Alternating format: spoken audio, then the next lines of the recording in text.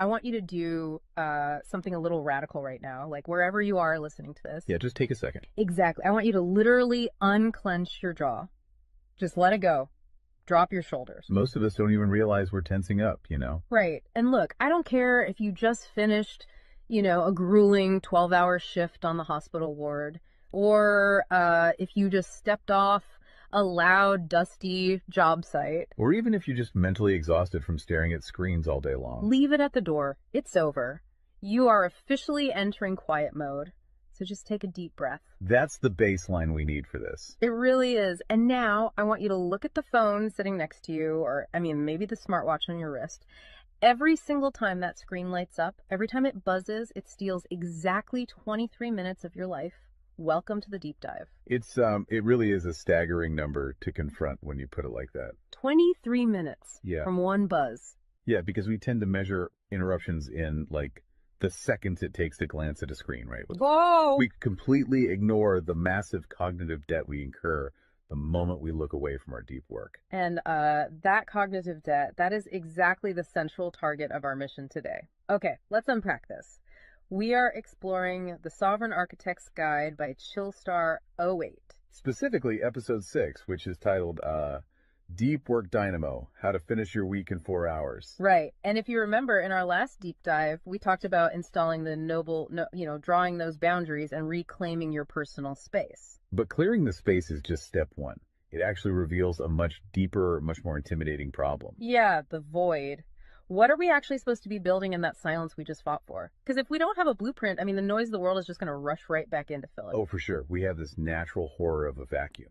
The second our schedule opens up even slightly, our instinct is to pack it with activity. We just have to be doing something constantly. Exactly. We are culturally conditioned to equate motion with progress. Yeah. But Chillstar 08 introduces a really brilliant distinction here. She talks about the trap of idling. I love this concept so much. Think about a car engine, right? Mm-hmm.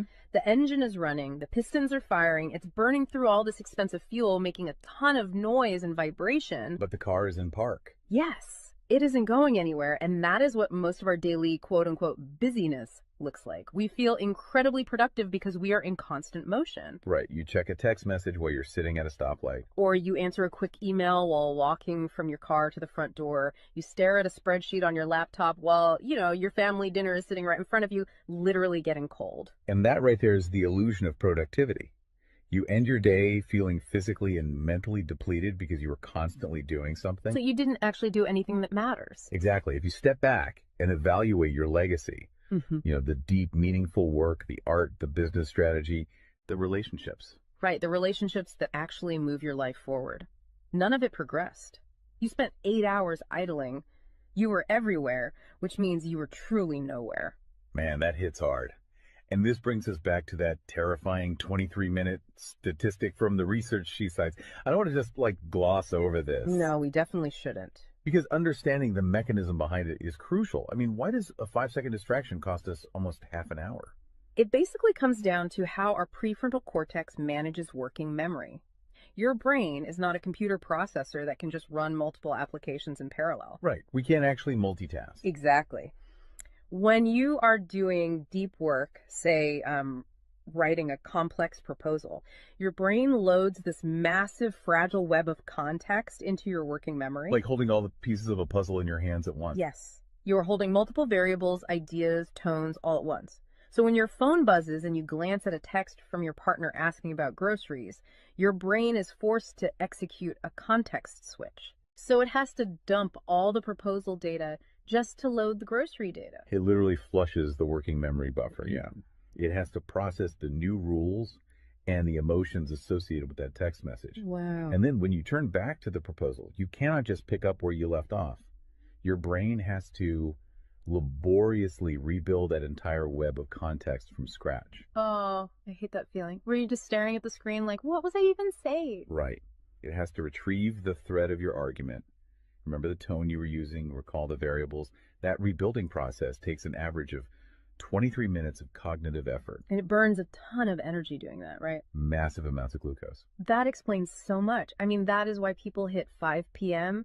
and feel physically exhausted, almost sick to their stomachs. Even if they've just been sitting in a really nice ergonomic chair all day. Exactly. They haven't been doing deep work. They've been doing cognitive gymnastics, just constantly flushing and reloading their working memory.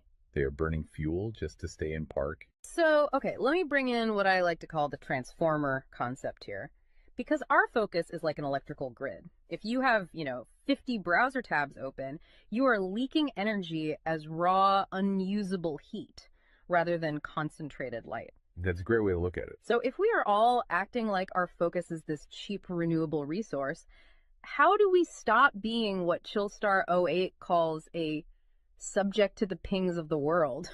I mean, how do we actually become the architect of our attention? Well, what's fascinating here is how she frames the philosophical shift we need. She says utility does not equal value. Oh, say that again. Utility does not equal value. Right. In the modern workforce, we have been completely conditioned to believe that being constantly available makes us valuable. Like if you answer a Slack message in 3 seconds, you're the hero. Exactly. You are praised as a good worker. Or if you jump on a Zoom call with 5 minutes notice, you're a team player. But that is just utility. I mean, being highly available makes you a commodity. You're like a human router just passing information back and forth. And routers are easily replaced. True sovereignty, true value comes from being impactful. You simply cannot make a deep, lasting impact if your attention is constantly fractured by the agendas of other people. Yeah, when you operate like that human router, you are spending your finite, precious Mondays executing someone else's script. You're a subject to the pings of the world. Okay, so we know the biology of why this destroys our focus, and we understand the philosophical trap of, trying to be too available, but how do we actually fix the mechanics of our workday? We have to build the deep work dynamo. Right. So think of your attention like water pressure. If you poke 50 tiny holes in a garden hose, open browser tabs, email notifications, group chats. The water just trickles at the end. Exactly. You cannot wash a car with a trickle. You're just making the driveway wet. That's true. So the Dynamo Audit she lays out, it's about putting a high pressure nozzle on that hose. It narrows the opening to create a stream powerful enough to actually blast through the dirt. And the first step in that audit is auditing the physical environment itself. She calls it analyzing your signal to noise ratio. Okay, so visualize your workspace right now. She asks you to determine if it is a sanctuary or a transit hub. Let's be honest. Most of us are operating in transit hubs. A transit hub is a place of constant arrival and departure. People walking by, announcements over the loudspeaker, just a blur of motion. Yeah, and you can't build a legacy in a train station. But we need to push past the basic phones are distracting advice, right? Because our listeners already know that. Oh, absolutely. Chillstar 08's rule is much more brutal than that. She says if the phone is even sitting on your desk, even face down, it is acting as a parasite on your cognitive grid. A parasite, just by being in the room. The research supports this entirely, by the way. The mere presence of a smartphone in your visual field, even if it is completely powered off, measurably reduces your cognitive capacity. Because your brain is having to actively expend energy to ignore it, right? Exactly. It is running a background process that just keeps saying, don't check the phone, don't check the phone. That is energy being actively stolen from your primary task. So sovereignty literally begins the moment you physically remove the device from the room, put it in a drawer down the hall. Close the door. Make the physical environment quiet. But okay, let's say you've done that. That doesn't stop your own brain from creating internal noise, right? Like trying to juggle 5 projects at once. How do we fix the internal wiring? That brings us to the second pillar of the audit, which is the batch wiring rule. This directly addresses the danger of switching fatigue, which we touched on with that 23-minute penalty. Right, the cognitive glucose burn. Yeah. When we attempt to multitask, like writing a creative brief, then pausing to check inventory levels, then answering 3 customer service emails. And then trying to go back to the brief. Right. We are grinding our mental gears to dust. We are switching between entirely different cognitive states. Because creative writing uses a completely different part of the brain than calculating inventory, obviously. They require entirely different operating frequencies.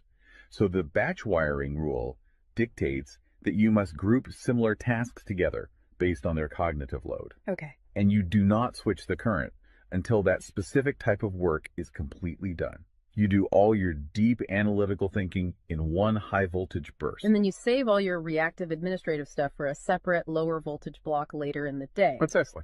It's all about staying in one gear. Like if you are driving up a really steep hill, you don't constantly shift between first gear and fifth gear. You lock into the gear that provides the right torque and you just ride it out. That's a perfect analogy. But okay, here's where it gets really interesting. This leads to the third pillar of the audit, and this is where I actually need to seriously push back on the source material a bit. She calls this the zero access window. Ah, yes. This is usually where the resistance starts for people. Because it sounds impossible for a normal person. She says you cannot just plan to be focused, right? You have to legally schedule it. You have to lock in one sovereign hour. Yeah, 1 hour where you are legally dead to the outside world. No boss, no family, no, hey, do you have a second for a quick question? Just you and the blueprint. It's extreme, yes. But let's do a reality check here. I mean, I see how that works for a solo digital entrepreneur or a freelance writer. But what about someone whose literal job description is to be available? Right, like an IT support specialist. Or a floor manager, or a nurse on a ward, or even, a parent at home with a toddler. How do they justify just vanishing? It feels like this advice only applies to a very specific, privileged type of worker. That is the most common and, frankly, the most valid hurdle to this entire system. But we really have to look at how the principle scales, and we have to look at the internal psychology of the worker. Okay, walk me through that. First, let's address the context of Chillstar '08's own life. She is not some solitary monk living on a mountain. She is a wife, a mother, and a grandmother. Oh, wow. Okay. Yeah, and she runs a luxury travel agency and a digital marketing business. Her entire professional and personal life is built around communication and client management. She probably receives hundreds of legitimate demands on her attention every single day. So she is really in the thick of it. She isn't just speaking from some ivory tower. Far from it. She implements the zero access window because of those demands, not in spite of them. Now, for the IT manager or the nurse, obviously, you cannot vanish while on active duty if your role is acute response. Right. You can't ignore a burning server or a patient monitor. Exactly. But the principle applies to the deep work surrounding the active duty, the scheduling, the charting, the strategic planning. Even in highly reactive jobs, there is legacy work that gets pushed to the margins. That makes sense. And the challenge isn't just logistical, it is deeply psychological. It's the internal guilt, isn't it? Yes, exactly. People feel like bad employees or bad parents or bad partners when they set a hard boundary. Yeah. We tie our entire self-worth to our responsiveness. We think, if I am not instantly available, I am failing them.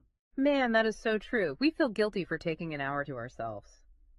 But setting a zero access window is not about neglecting your family or your team. It is about condensing your high-level work into massive, high-impact bursts of energy so that you can actually be present later. Wow. Okay. Consider the alternative.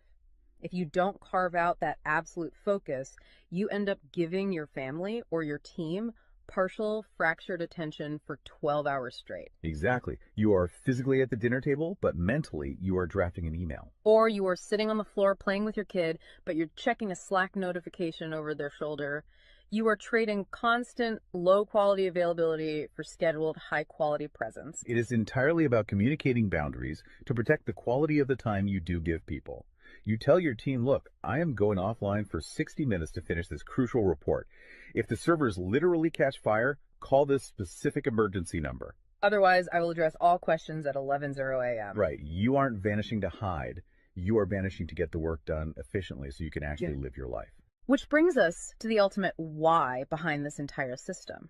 Because once you fight through that guilt, once you build this 4-hour fortress, you have to know what it is all for. It's not just about becoming a hyper-efficient robot. No, because if you use these tools just to do more of your boss's busy work or to take on 3 more stressful projects, you have entirely missed the point.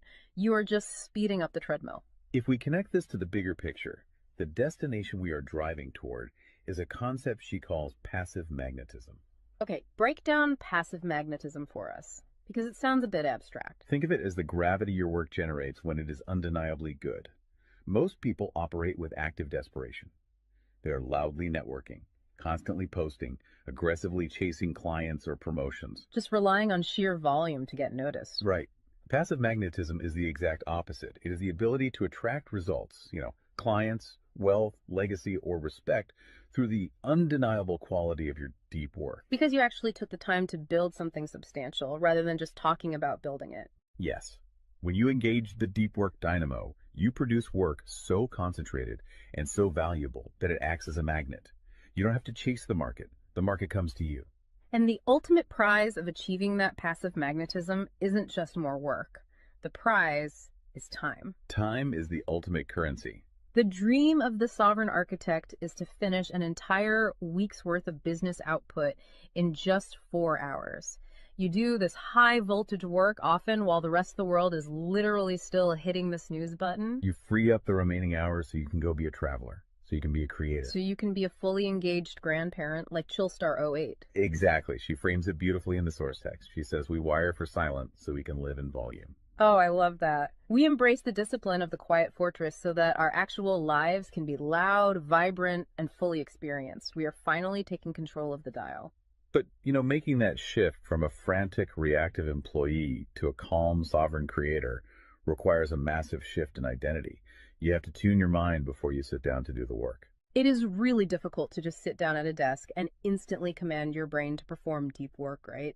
Especially if you've spent the last hour navigating traffic and listening to the news. You need a transition ritual to cross that threshold. And Chillstar 08 provides something for this transition called the Chillstar's Creed.